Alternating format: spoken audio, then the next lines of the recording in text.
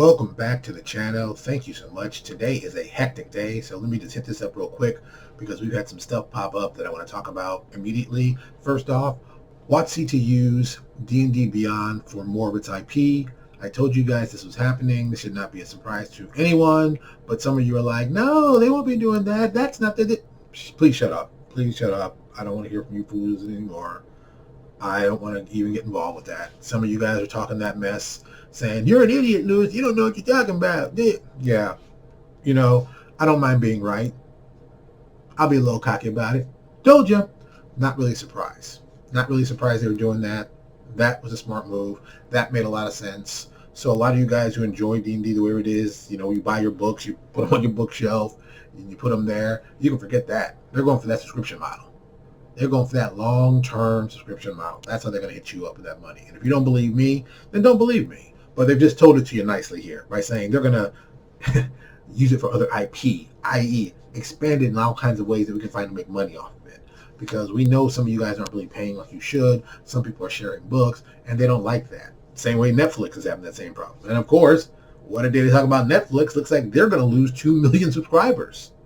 2 million subscribers? Yeah, Netflix is on fire. Is literally on fire. How to get people to watch our stuff. And everybody's worried about this. And this D&D Beyond kind of falls in that same trend. And to not even, pile on, Spelljammer is going to be released August 16th. Wait, what? We're doing Spelljammer? Yep. WotC knows they got to find something that people love and people will buy, people want to buy. And even though it's niche, people will still buy it. And it's official 5e, so people are going to buy it. So they'll have another hit on their hands.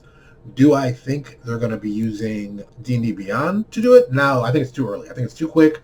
I don't think they're ready for that. But whatever project they're planning for next year, let's say early next year. Let's say, I'll say first quarter, January, February, March. They've got something planned for that that's going to be released, D&D Beyond. Something they're going to try out. See if you guys like it. Give it a little test run. Give it a cool name. And get you all hyped to get it. And people will be like, yeah, I'll get it. And they'll get you on that subscription. And that's what they're going to do. And that's the smart way to make money for the rest of your life. Give people a subscription. Most people have stuff on subscription. They forget about it. And it keeps on going. And they still make the money. So I think that's going to happen. I think this Spelljammer setup is pretty smart. Before I get into Spelljammer, but I got to talk about this D&D plans because this is kind of crazy. So this came from ICB2, and I wanted to read this because it's crazy. It's just crazy.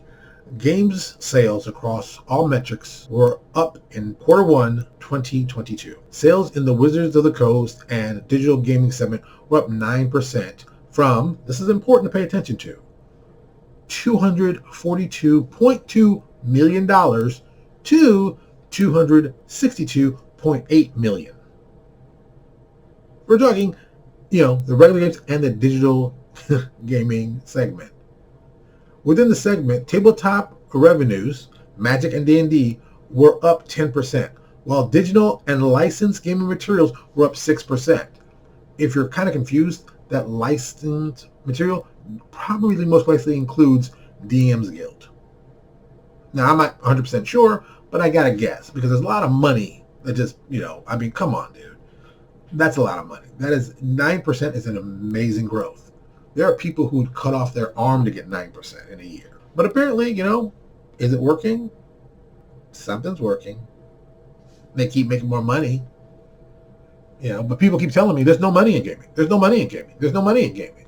Of course there's no money in gaming. There's never money in gaming. Never. Except for people who know how to actually run the business side. But you don't want to learn about that. You want to have your signs up and say, this is my D&D and I love it and I don't want them to change it. They're going to change it. They don't. If D&D's got any kind of brains, they're thinking 6th edition, how can we make it all digital? How can we make something you can subscribe to? And how can we make it something that we don't have to really deal with books?